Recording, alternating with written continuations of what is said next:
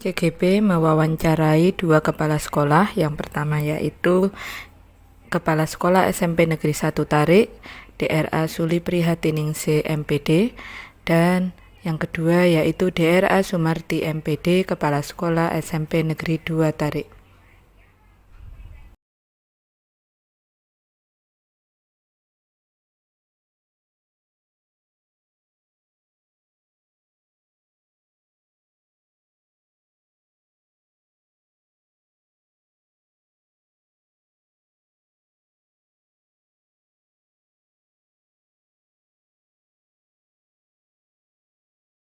Wawancara pertama dengan Kepala Sekolah SMP Negeri 1 Tarik.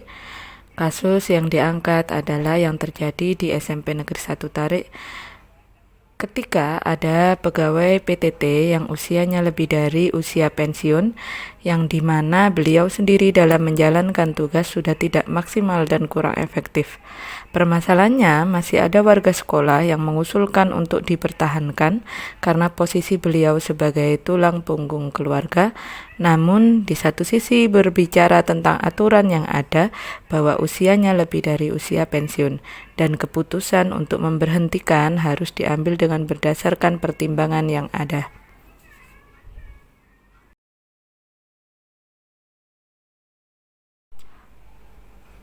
Selama ini, bagaimana Ibu Sulih dapat mengidentifikasi kasus-kasus yang merupakan dilema etika atau bujukan moral? Untuk kami di lembaga pendidikan dimanapun itu pasti banyak masalah. Bukan banyak saja, ya ada masalah. Baik itu terkait dengan peserta didik maupun terkait dengan Bapak Ibu guru dan tenaga kependidikan yang ada di sekolah.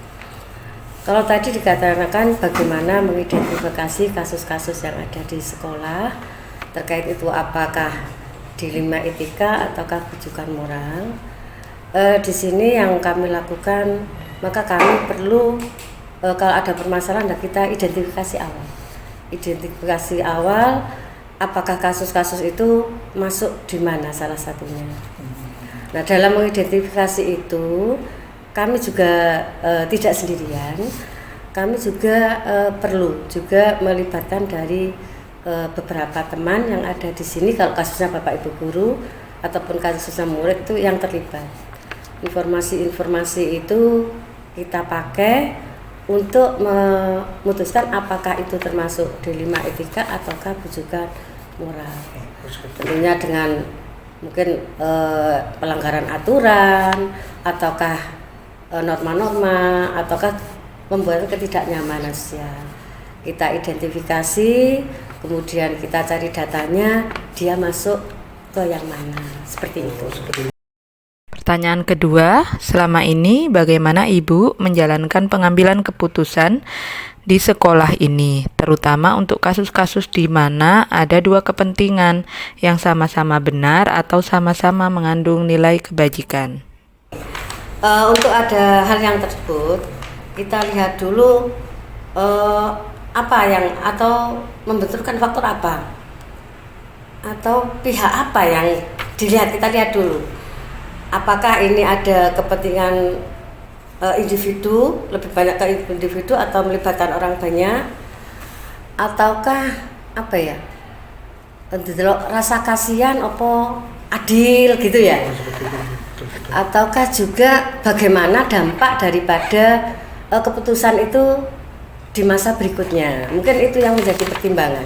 Jadi faktor apa yang istilahnya yang berpengaruh besar di sana?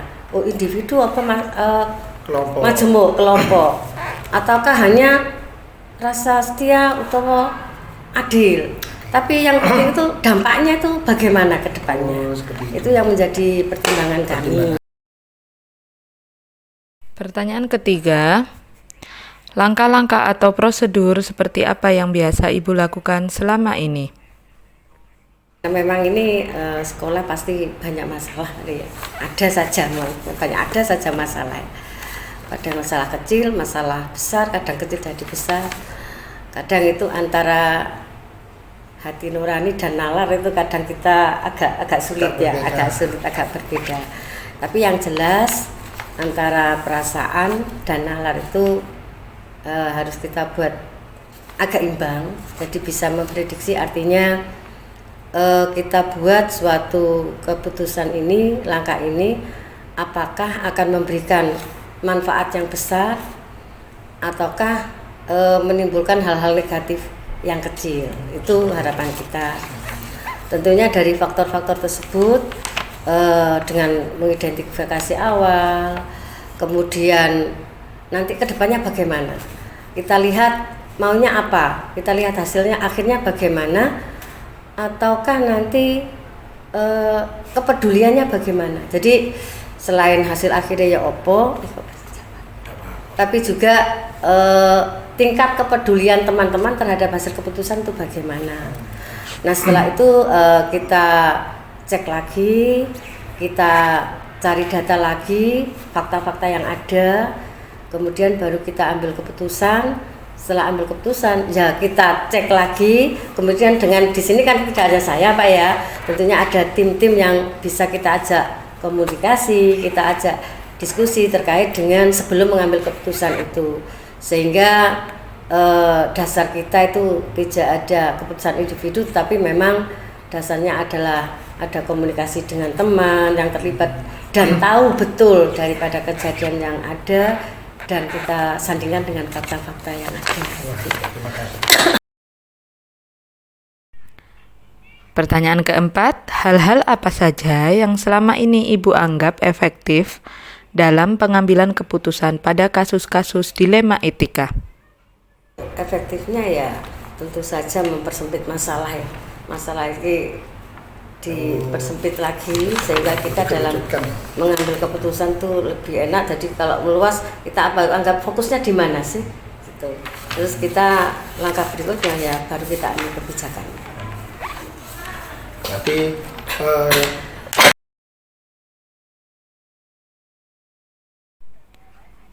Yang kelima, hal-hal apa saja yang selama ini merupakan tantangan dalam pengambilan keputusan pada kasus-kasus dilema etika? Tantangan dalam pengambilan keputusan ini memang karena kita dalam banyak stakeholder ya, banyak anggota, banyak teman di sini. Terkadang pengambilan keputusan yang kita buat itu tidak semuanya bisa menerima, tidak semuanya puas dengan hasil keputusan itu. Tapi kita tetap berupaya meminimalkan dan memahamkan beliau terkait dengan keputusan yang kita ambil, sehingga lama-lama beliau bisa memaklumi dan menyadari apa sih tujuan dari keputusan yang kita ambil tersebut. Nah, kita menjaga, tentunya harapan kami tetap menjaga lingkungan sekolah itu ya kondusif, aman, dengan teman itu tidak saling senggol-senggolan gitu ya. Yang jelas intinya itu tadi tantangannya, tidak semua keputusan itu 100% teman-teman kita bisa menerima. Apakah Ibu memiliki sebuah tata kala atau jadwal tertentu dalam sebuah penyelesaian kasus dilema etika? Apakah Ibu langsung menyelesaikan di tempat? Atau memiliki sebuah jadwal untuk menyelesaikannya? Bentuk atau prosedur seperti apa yang Ibu jalankan? Kalau terkait dengan penyelesaian suatu kasus, itu kita memang tidak punya jadwal tertentu, Pak. Kita tidak punya jadwal tertentu, karena suatu kasus itu terkadang juga tidak bisa diselesaikan langsung mendadak hari itu. Tetapi juga ya tadi kita butuh identifikasi, butuh analisis, butuh komunikasi dengan teman, jadi tidak terjadwal tertentu.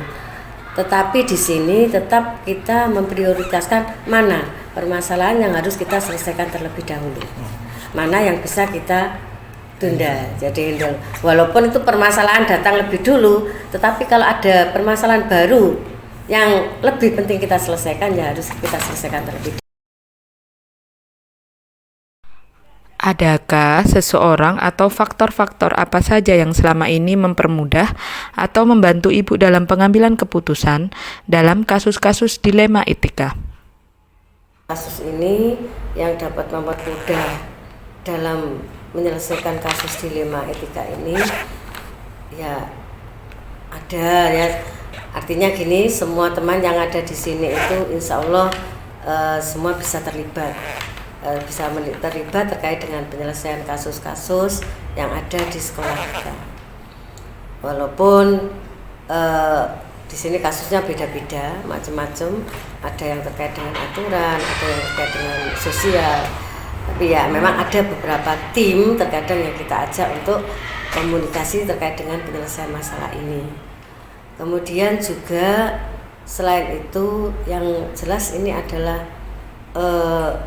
pengendalian emosi kita, Pak ya. Yang penting dalam menyelesaikan masalah itu memang pengendalian emosi itu perlu, enggak istilahnya enggak gerusa-gerusu, tapi tetap kita bisa menahan diri sampai dengan kita menemukan suatu keputusan atau kebijakan insya Allah yang kita ambil itu lebih besar untuk manfaatnya untuk sekolah kita, walaupun terkadang tadi saya sampaikan ada tantangan kecil.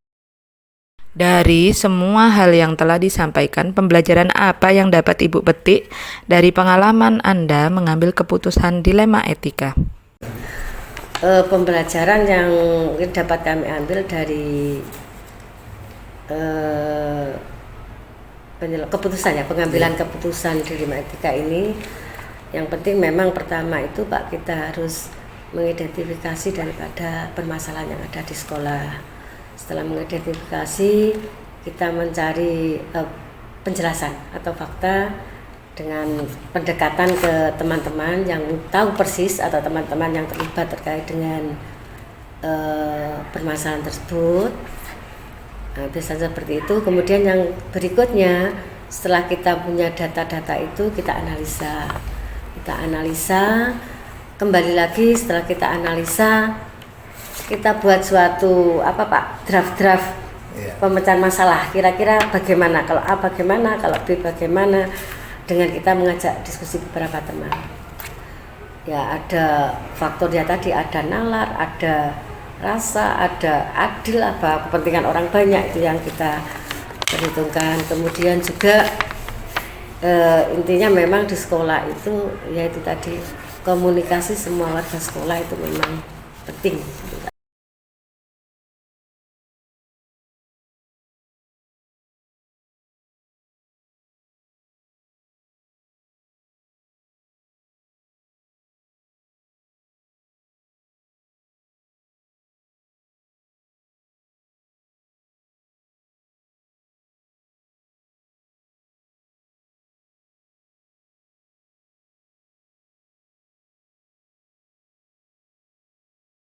Wawancara kedua dengan Dra. Sumarti MPD, Kepala Sekolah SMP Negeri 2 Tarik. Pada kasus dilema etika yang terjadi di SMP Negeri 2 Tarik adalah kasus berkenaan dengan siswa tersebut melakukan tindakan yang tidak pantas dan disebarkan melalui media sosial. Saat terjadi kasus, siswa tersebut duduk di kelas 9. Hal ini memunculkan banyak dilema, terutama muncul dari siswa itu sendiri yang merasa malu dan tidak mau datang lagi ke sekolah karena takut diolok-olok oleh temannya. Dan dia juga menutup diri di lingkungan masyarakat. Hal itu membuat dilema etika tentang keberlanjutan pendidikan siswa tersebut. Pertanyaan pertama ini Ibu ya. Tentang selama ini bagaimana Bu Marti dapat mengidentifikasi kasus-kasus yang merupakan dilema etika atau bujukan moral? Ya, seperti yang terjadi pada tahun yang lalu ya Bu. Ini kasus-kasus dilema etika atau bujukan moral. Yang dilema etika ini terutama pertama itu dapat informasi dari Bapak Ibu guru, ya, dari wali kelas atau dari Bapak Ibu guru yang lainnya. Kemudian Bapak Ibu guru itu informasinya dari anak-anak, dari teman anak-anak yang terkena kasus itu. Jadi temannya itu kemudian informasi ke wali kelas atau ke Bapak Ibu guru yang lain. Kemudian Bapak Ibu guru atau wali kelas itu informasi ke saya. Jadi saya baru tahu setelah ada laporan dari wali kelas atau bapak ibu.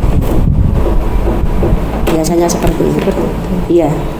Jadi untuk mengidentifikasinya itu menghimpun informasi dari bapak ibu atau siswa atau guru-guru yang lain itu nggih, Bu? Iya, dari wali kelas, guru BK juga. Selama ini bagaimana untuk menjalankan pengambilan keputusan di sekolah itu, Bu? Terutama untuk kasus-kasus di mana ada dua kepentingan yang sama-sama benar atau sama-sama mengandung nilai kebajikan. Untuk memutuskan mengambil keputusan itu seperti apa? Untuk kasus-kasus yang mengalami dilema. Iya, ini kan kita bekerja di sekolah dan sebagai pendidik ya Bu ya. Jadi pertama-tama itu kita lihat dari segi siswanya.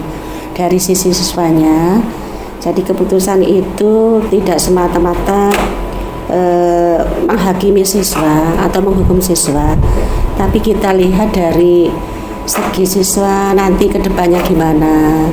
Kemudian setelah diambil keputusan ini, kemudian nasib siswa nanti bagaimana masa depannya. Jadi saya lebih sudut pandang saya dari pihak siswa, tujuannya apa? Yang pertama yaitu untuk menyelamatkan siswa.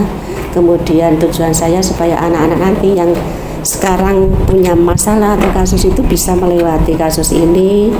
Setelah ini selesai, saya berharap anak yang terkena kasus ini berubah menjadi lebih baik. Setelah SMP saya harapkan semua yang terkena kasus ini bisa melanjutkan ke sekolah yang lebih tinggi, atau lebih-lebih nanti kalau bisa melanjutkan ke kuliah, sehingga anak-anak yang terkena kasus ini masih mempunyai masa depan, masih mempunyai kesempatan untuk meraih cita-citanya, dan pada akhirnya nanti anak-anak yang terkena kasus ini masih punya kesempatan untuk hidup bahagia di masa yang akan datang. Ya, jadi saya tidak suka memvonis anak ini harus begini, harus dikeluarkan, itu tidak suka. Tapi lebih suka membina, kemudian mendidik, membimbing, mendampingi anak-anak ini supaya terjadi perubahan perilaku yang lebih baik. Kemudian untuk langkah-langkah atau prosedur seperti apa yang barangkali dilakukan Bu Marti selama ini?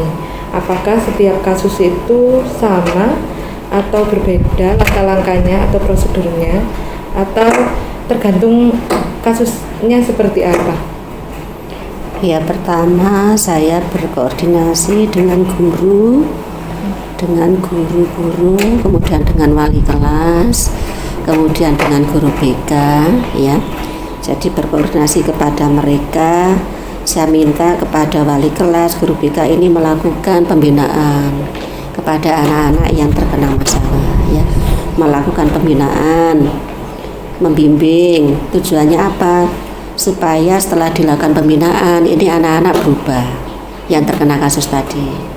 Misalnya anak yang tadinya itu suka bolos, sering bolos, kemudian sama wali kelasnya, guru BK bersama-sama membimbing anak tersebut. Setelah dibina, diharapkan anak ini yang tadinya sering bolos tidak bolosan lagi. Iya. Iya, jadi pembinaan dulu sampai berapa kali gitu ya.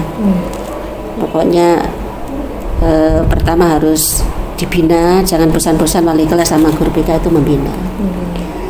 Tetapi misalnya kalau sudah dilakukan pembinaan berkali-kali, masih nggak ada perubahan, ya mohon maaf. Maksudnya kan sekolah juga punya tata tertib yang harus dipatuhi, ya. Baru nanti diberikan semacam sanksi gitu ya. Kalau sudah berkali-kali diadakan pembinaan tidak ada perubahan, iya, baru disampaikan nanti sanksinya seperti ini. Kalau terus-terusan begini.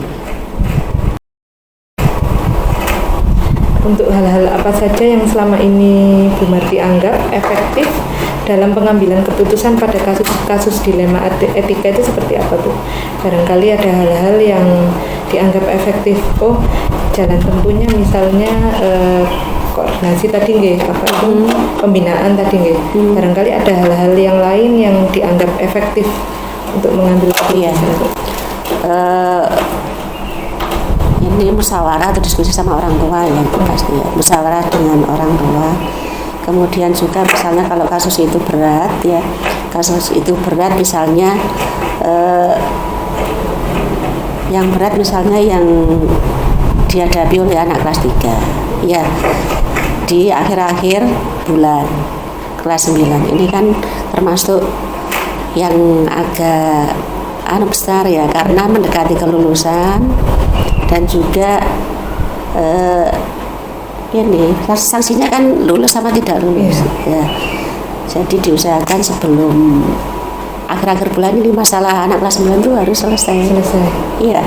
Kemudian kalau masalahnya berat gitu ya konsultasi dengan lembaga yang ada di atasnya. Misalnya dengan dinas. Ya, dari Dinas Pendidikan dan Kebudayaan Kabupaten Sidoarjo. Ya, sebagai atasan dari sekolah ini kan kita disarankan kalau ada masalah itu jangan dipendam sendiri tapi informasikan ke dinas, kemudian dinas juga memberikan saran dan solusi terbaik terutama yang berpihak pada siswa. Jadi solusi yang terbaik untuk siswa. Kemudian hal-hal apa saja yang selama ini merupakan tantangan dalam pengambilan keputusan pada kasus-kasus dilema etika? Yang nomor berapa ini ya? 5. Yang nomor 5 ya. Ini kayak kasus kemarin itu ya. Kasus kemarin itu yang kelas 9, kasus yang agak berat tantangannya itu adalah pihak-pihak dari luar sekolah. Misalnya wartawan atau LSM itu adalah yaitu tantangan itu dari mereka. Jadi gimana ya, sepertinya mencari-cari kesalahan ya, mencari-cari kesalahan di pihak sekolah. Kemudian apakah Ibu memiliki sebuah tata kala atau jadwal dalam sebuah penyelesaian kasus dilema etika? Apakah Ibu langsung menyelesaikan di tempat atau memiliki sebuah jadwal untuk menyelesaikannya? Bentuk atau prosedur seperti apa yang Ibu jalankan? Ada waktu tertentu atau memang kasus itu di skala prioritas seperti itu? Iya, kalau kasus dilema etika ini kan kelihatannya ini kasusnya agak berat ya. Maksudnya kasusnya bukan yang kasus biasa-biasa seperti anak bolos, itu lebih berat dari itu. Ya, dilema etika itu kasusnya lebih berat dari itu. Iya, jadi ada, karena ini kasusnya agak sulit ya, dilema, maksudnya itu kita tidak bisa menyelesaikan langsung pada satu waktu dan satu tempat. Jadi kita butuhkan beberapa kali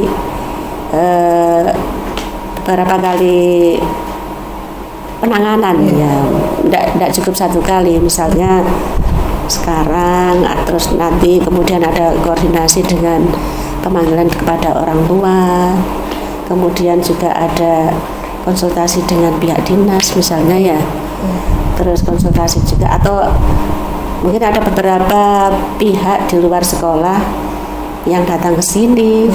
Iya, itu kan tidak satu waktu langsung selesai, tapi ada beberapa hari supaya ini bisa selesai. Jadi prosedurnya ya, jadwalnya itu tidak hanya sehari atau 2 hari, beberapa hari. Prosedurnya ya itu tadi bertahap. Diskusi sama Bapak Ibu guru di sini, diskusi dengan orang tua, kemudian diskusi juga dengan pihak-pihak lain yang ada di atas kita. Sehingga tidak bisa diputuskan langsung saat itu juga. Tidak bisa. Jadi seperti kemarin itu, tahun lalu Bu, dari dinas itu turun langsung ke siswa itu, datang ke rumah siswa itu, memberikan arahan, pendampingan, itu sampai berapa kali itu, 2 kali atau 3 kali. Ya alhamdulillah akhirnya siswanya tertolong, kemudian selamat, psikologisnya kembali, terus bisa mau masuk lagi ke sekolah sampai lulus. Sudah lulus, setelah itu ya disarankan untuk melanjutkan ke sekolah yang lebih tinggi. Nah, dia bisa melewati masa itu dan bisa masuk ke sekolah itu dengan akhirnya tertata gitu, tertata. Jadi belajarnya nanti ke depannya gimana, nanti dia sudah bisa kembali ke normal lagi. Terus masalahnya tidak terulang lagi, tidak dilakukan lagi sama anak. Kemudian pertanyaan selanjutnya, Bu, adakah seseorang atau faktor-faktor apa yang selama ini mempermudah atau membantu Ibu dalam pengambilan keputusan dalam kasus dilema etika? Misalnya salah satunya tadi kan dalam kasus salah satu contoh tadi kan dinas gitu. Sebagai pimpinan teratas di tingkat kabupaten, barangkali apakah ada seseorang lagi atau faktor-faktor yang menunjang pengambilan keputusan itu, Bu? Iya, ini yang sudah saya alami itu, yang memang yang membantu dan maksudnya yang pihak-pihak yang kalau ada masalah itu tidak menyalahkan sekolah, itu adalah Dinas Pendidikan dan Kebudayaan Kabupaten Sidoarjo. Jadi kalau ada masalah sekolah yang ada di bawahnya itu dianggap sebagai masalah di Dinas Kabupaten juga. Jadi mereka itu berusaha untuk membantu supaya gimana sekolah ini tetap terjaga nama baiknya. Kemudian Bapak Ibu guru sini juga nyaman ya bekerja di sini. Kepala sekolahnya juga tidak merasa terancam atau apa, dilindungi oleh dinas. Karena itu termasuk juga tanggung jawab Dinas Pendidikan Kebudayaan Kabupaten Sidoarjo. Yang kemarin itu ya Pak Tirto itu ngasih telepon ke saya langsung, WA, terus Bu Neti juga telepon ke saya, kemudian datang langsung ke sini. Jadi dinas itu terjun langsung ke kasus tadi, anak yang terlibat di kasus tadi. Terakhir, Bu, dari semua hal yang telah disampaikan oleh Bu Marti, pembelajaran apa yang dapat Ibu petik dari pengalaman Anda mengambil keputusan dilema etika? Jadi pertama, kalau ada masalah-masalah yang sulit diselesaikan atau dilema etika itu pertama yaitu koordinasi, diskusi sama guru-guru yang ada di sekolah ini. Kemudian koordinasi dengan orang tua siswa, ya, berpesan kepada orang tua siswa kalau ada masalah jangan langsung dilaporkan ke pihak-pihak tertentu, misalnya ke kantor polisi atau disampaikan ke wartawan, tapi diharapkan dimusyawarahkan dulu dengan sekolah. Ya. Kemudian untuk misalnya solusi untuk masalah yang berat-berat itu saya itu minta saran dan petunjuk dari dinas pendidikan ke kepala dinas, kemudian di dinas itu yang bagian penjamin mutu itu kayak kepala bidang SMP, kayak Bu Neti, bidang mutu, jadi ke bidang mutu sama ke kepala dinas sesuai dengan bidangnya masing-masing ya. Bidang mutu, kepala dinas. Kalau masalahnya dengan guru-guru, masalah yang berhubungan dengan guru-guru itu ke bidang PTK. PTK. Sama. Jadi intinya itu dalam menyelesaikan permasalahan dilema etika itu kita harus mengambil keputusannya dengan komunikasi gitu ya, komunikasi dengan pihak-pihak yang terkait. Iya, jadi saya nggak bisa memutuskan sendiri karena ini kan melibatkan guru juga, ya wali kelas, gurunya, kemudian kalau sulit ya minta tolong ke yang atas, dinas itu caranya bagaimana yang terbaik untuk menangani masalah ini. Kalau dinas itu biasanya ya pesannya kepada guru-guru, kepada kepala sekolah, tolong selamatkan anak ini. itu loh yang saling saya pegang itu Bu. Tolong selamatkan anak ini supaya nanti bisa melanjutkan ke sekolah yang lebih tinggi. Tolong selamatkan untuk masa depannya. Itu yang saya ingat tuh, yang saya pegang tuh. Makanya kalau ada masalah apa-apa dengan anak itu saya nggak suka menghukum, memvonis anak ini keluarkan, jangan dinaikkan. Tidak, tapi kita berusaha semaksimal mungkin bagaimana supaya anak-anak dibimbing, dirangkul lah, ya dibimbing, dirangkul, kita temani ya. Apa sih masalahnya, kita dampingi supaya anak ini bisa berubah. Itu saya kira yang lebih bijak daripada memberikan sanksi, dikeluarkan, tidak naik itu, malah membuat anak-anak baru sekolah itu.